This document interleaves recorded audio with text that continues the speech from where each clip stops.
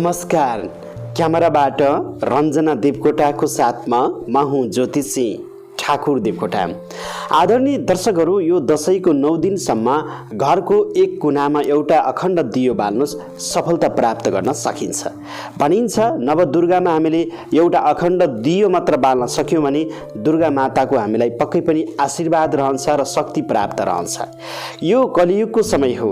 कलियुगको समयमा हामीलाई शक्ति चाहिन्छ। यदि हामीलाई शक्ति प्रदान, साहस पराक्रम र सुख शान्ति समृद्धि र सुस्वास्थ्य दीर्घायुको लागि, कुनै पनि महाअनिष्ट र महाप्रलयबाट हामी बस्नको लागि दुर्गा माताको यदि हामीले शक्ति प्राप्त गर्यौँ भने जीवनमा सफलता प्राप्त गर्न सक्छौँ। त्यसकारण दुर्गा मातालाई खुसी बनाउने हरेक विधि र तरिका रहेका छन्। त्यसकारण नेपालीहरूको महान पर्व बडा दशैं भनेको एउटा महत्त्वपूर्ण पर्वको रूपमा लिन सकिन्छ। दुर्गा माताको लागि हामीले एक विधि र एक तरिका मात्र गर्न सक्यौँ भने जीवनमा सुख शान्ति र समृद्धि प्राप्त गर्न सक्छौँ। आदरणीय दर्शकहरू, आज म यहाँ तपाईँको माझमा 15 वटा महत्त्वपूर्ण कुराहरू बताउँदैछु। तपाईँलाई जुन जुन कुराहरू सजिलो लाग्छ कुनै एक उपाय मात्र गर्नुहोस्, दुर्गा माताको कृपा अवश्य तपाईँलाई रहनेछ। तपाईँको घरमा सुख शान्ति र समृद्धि प्राप्त गर्न सक्नुहुन्छ। भनिन्छ तपाईँ दशैं हामी यो समयमा घरलाई रङ्गाइरहेका हुन्छौँ। विशेष गरेर दशैं भन्न बित्तिकै हामीले घरलाई रङ्गाउने, घरलाई लिपपोत गर्ने गरिरहेका हुन्छौँ।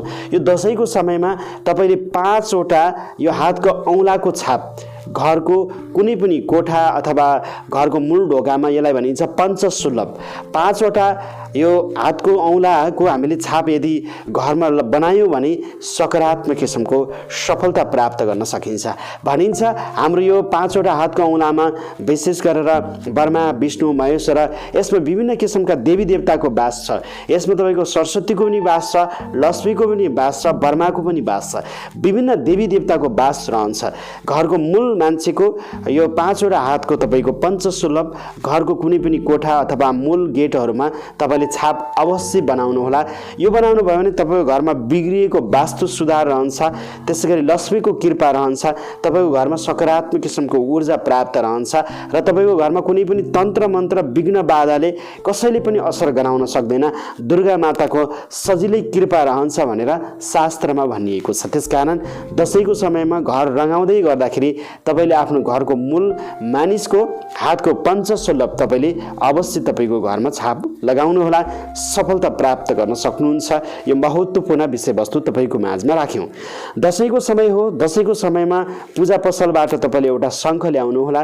पूजा शङ्ख पाइन्छ। सक्नुहुन्छ, पैसा छ भने तपाईँले ठुलो बजाउने शङ्ख ल्याएर राख्दा नि राम्रो हुन्छ।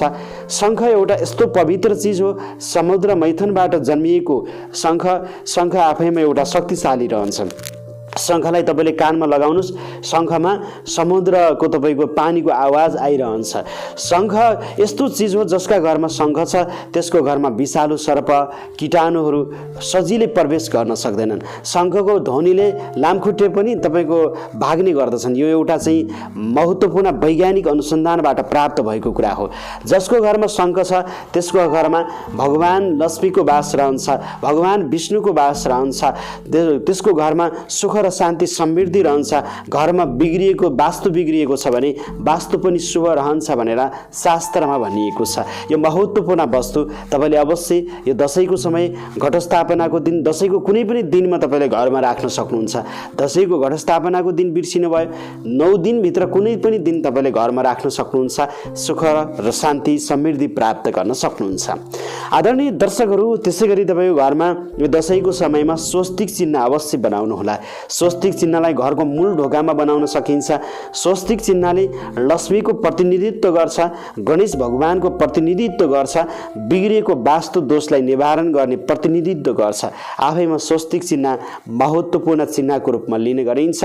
त्यसकारण तपाईँको घरमा अवश्य घरको मूल ढोकामा स्वस्तिक चिन्ह बनाउन सक्नुहुन्छ अथवा पूजा गर्ने पूजा कक्षमा स्वस्तिक चिन्ह बनाउन सक्नुहुन्छ। यसले पनि तपाईँको घरमा नवदुर्गाले कल्याण गर्नेछन्। घरमा सकारात्मक किसिमको ऊर्जा रहने रहनेछ, लक्ष्मीको कृपा रहनेछ, सुख र शान्ति समृद्धि प्राप्त गर्न सक्नुहुन्छ।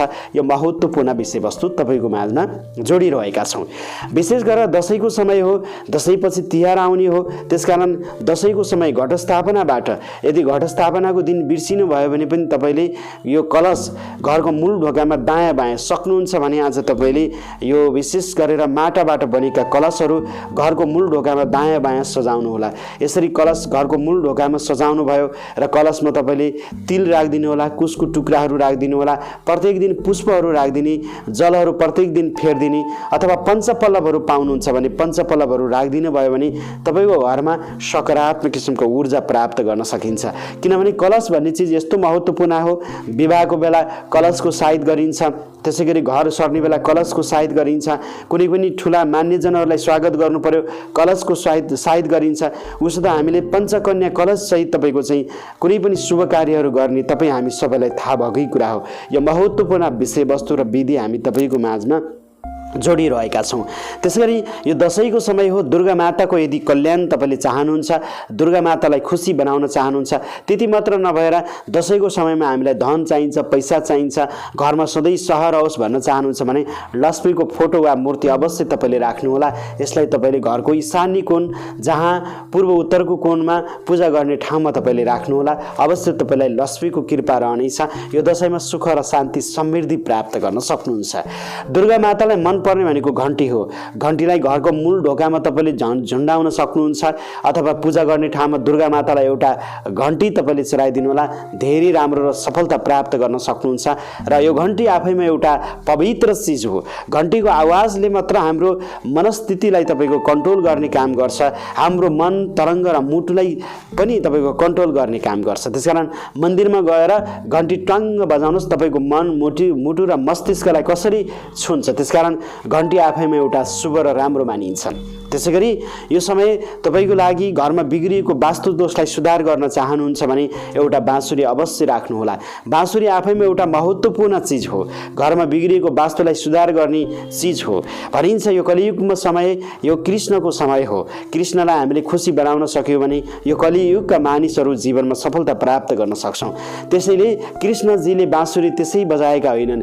कृष्णजीको बाँसुरीकै कारणले गर्दा कति मान्छे मोहित भए, बाँसुरीको धुनले कति मान्छे आनन्दित भए, कृष्णले बजाएको बाँसुरीबाट तपाईँको सर्पहरू कति नाचे। त्यसकारण यो महत्त्वपूर्ण चिज हो। घरमा बिग्रिएको वास्तु, घरमा सकारात्मक किसिमको ऊर्जा चाहनुहुन्छ भने तपाईँले एउटा बाँसुरी पूजा गर्ने कक्षमा अथवा घरको मूल ढोकामा, बैठक कक्षमा, सुत्ने कोठामा बाँसुरी राख्न सक्नुहुन्छ। यसले शुभकारक मानिन्छ र जीवनमा सफलता प्राप्त गर्न सक्नुहुन्छ। यो समय भनेको विशेष गरेर दसैँको समयमा गहनाहरू पनि यहाँले किन्नुहुन्छ र विशेष महिला मित्रहरू मङ्गलसूत्र तपाईँको घरमा छ भने मङ्गलसूत्रलाई सफा गर्नुहोला र तपाईँले आफ्नो सुरक्षित ठाउँमा दराजमा अथवा बागसमा राम्रोसँग मङ्गलसूत्रलाई तपाईँले चाहिँ शुद्ध तपाईँको चाहिँ जलले स्पर्श गरिकन फेरि त्यसलाई सफा कपडाले पुछेर तपाईँले चाहिँ राखिदिनुहोस्। मङ्गलसूत्रलाई यति बेला पूजा गर्नु, स्पर्श गर्नु र सुरक्षित तरिकाले राख्नु राम्रो मानिन्छ। नामै मङ्गलसूत्र। मङ्गलसूत्र भनेको त्यो मङ्गलसूत्रलाई हामीले स्पर्श मात्र गयौँ, छोयौँ भने मात्र हामीले हाम्रो शरीरमा सकारात्मक किसिमको मङ्गलमय किसिमको चाहिँ भावना प्रकट रहन्छ र सफलता प्राप्त गर्न सक्छौँ। यो दसैँको समय हो। दसैँको समयमा दसैँलाई राम्रो बनाउनुको लागि घरमा 3वटा मयूरको प्वाँख तपाईँले राख्न सक्नुहुन्छ। घरको मूल ढोकामा राख्नुहोला, पूजा कक्षमा राख्नुहोला। मयूरको प्वाँख आफैमा एउटा शुद्ध चिज हो। भनिन्छ यो मयूरको प्वाँख यदि सक्कली भयो भने तपाईँको आफै वृद्धि भइरहेको हुन्छ। यसले केही न केही ऊर्जा दिइरहेको हुन्छ। त्यति शक्तिशाली चिज हो। जसका घरमा मयूरको प्वाँख छ त्यसको घरमा सर्पहरू आउँदैन, त्यसको घरमा बिग्रिएको वास्तु दोषहरू निवारण रहन्छ, लक्ष्मीको कृपा रहन्छ। घरमा अशान्ति र कलह छ भने त्यसलाई तपाईँको राम्रो बनाउँछ। यो महत्त्वपूर्ण चिज हो। त्यसकारण मयूरको प्वाँख अवश्य तपाईँले घरमा राख्न सक्नुहुन्छ। त्यसैगरी दुर्गाको फोटो वा मूर्ति अवश्य नभुलिकन राख्नुहोला। किनभने 9 दिनसम्म हामीले नवदुर्गाको पूजा गर्ने दिन हो। दुर्गाको फोटो वा मूर्ति अवश्य राख्नुहोला। त्यसैगरी नभुलिकन तपाईँले दुर्गाको झन्डा घरको माथि छतमा राख्नुहोला। दुर्गा माताको झन्डा बजारमा पूजा पसलहरूमा पाउनुहुन्छ। सानो खालको दुर्गा माताको झन्डा फरफर फरफर फराउने गरी तपाईँले राख्नुहोला। धेरै राम्रो र शुभ रहन्छ। त्यसैगरी कुनै पनि काम गर्दा हामीले श्री गणेशाय नमः गर्छौँ। त्यसकारण गणेश भगवान भगवानको मूर्ति अवश्य तपाईँको घरमा राख्नुहोस्, सकारात्मक किसिमको सफलता प्राप्त गर्न सक्नुहुन्छ। त्यसैगरी ओमको प्रतिमा तपाईँले घरको मूल ढोकामा राख्न सक्नुहुन्छ, पूजा कक्षमा राख्नुहुन्छ, यसले पनि तपाईँले सकारात्मक किसिमको ऊर्जा प्राप्त गर्न सक्नुहुन्छ। आदरणीय दर्शकहरू, त्यसैगरी 9 दिनसम्म तपाईँले अखण्ड एउटा दियो बाल्नुहोस्। वास्तवमा हामीले पूजा गर्ने कक्षमा जहाँ तपाईँले जमरा राखिरहनु भएको हुन्छ, जहाँ तपाईँले घटको स्थापना गरिरहनु भएको हुन्छ, त्यही ठाउँमा तपाईँले अखण्ड दियो बाल्न सक्नुहुन्छ। दियोलाई तपाईँले पूर्वतिर फर्काएर बाल्दिन सक्नुहुन्छ अथवा पूर्व उत्तर ईशान्य कोणतिर पनि फर्काएर बाल्न सक्नुहुन्छ। खास गरेर दियोलाई पूर्वतिर फर्काएर तपाईँले बाल्नु राम्रो मानिन्छ। 9 दिनसम्म तपाईँले अखण्ड दियो मात्र बाल्न सक्नुभयो भने तपाईँको घरमा लक्ष्मीको कृपा रहन्छ, दुर्गा माताको कृपा रहन्छ। 9 दिनसम्म तपाईँले अखण्ड दियोमा रातो फुल चढाइदिनु होला, रातो अबिरले पूजा गरिदिनु होला, फलफुलहरू चढाइदिनु होला। यति काम गर्नुहोस् र धूपदीपहरू गरिदिनु होला, दियोको दर्शन गर्नुहोला। तपाईँले दियोलाई कमसे कम तपाईँले 1 मिनटसम्म हेर्नुभयो भने पनि दियोको सकारात्मक ऊर्जा तपाईँको शरीरमा आउँछ, तपाईँमा एक किसिमको भाइब्रेसन सकारात्मक रहन्छ र दुर्गा माताले तपाईँ हामी सबैलाई कल्याण गर्नुहुन्छ। घरमा सुख र शान्ति समृद्धि रहन्छ। जसले भगवानलाई मनैदेखि आस्थाले पूजा गर्छ त्यो मानिसले जीवनमा सफलता प्राप्त गर्छ। धर्म गर्ने मानिस कहिले पनि दुःख पाउँदैन, धर्म गर्ने मानिसमा कहिले पनि पाप पलाउँदैन, पापी नहुने मानिसले जीवनमा सफलता प्राप्त गर्न सक्छन्। आदरणीय दर्शक एवं भक्तजनहरू, यो महत्त्वपूर्ण जानकारी हामी तपाईँको माझमा दियौँ। तपाईँले अमूल्य समय दिएर हामीलाई हेरिदिनु भयो। हाम्रो च्यानल सब्सक्राइब गर्नुभएको छैन भने च्यानललाई सब्सक्राइब गरिदिनु होला। नजिकै रहेको बेलमा गएर अलमा क्लिक गर्न नबिर्सिनुहोला। ज्योतिष, वास्तु, धर्म र संस्कृति सम्बन्धी जानकारी दिने महत्त्वपूर्ण च्यानल ज्योतिष ठाकुर देवकोटा युट्युब च्यानल हेरेर साथ दिनुभएकोमा तपाईँ सम्पूर्ण दर्शकलाई पुनः धन्यवाद दिँदै क्यामेराबाट रञ्जना देवकोटाको साथमा म ज्योतिषी ठाकुर देवकोटा आज्ञा चाहन्छु। यहाँहरूको विजयादशमी शुभ रहोस्। नमस्ते, जय होस्।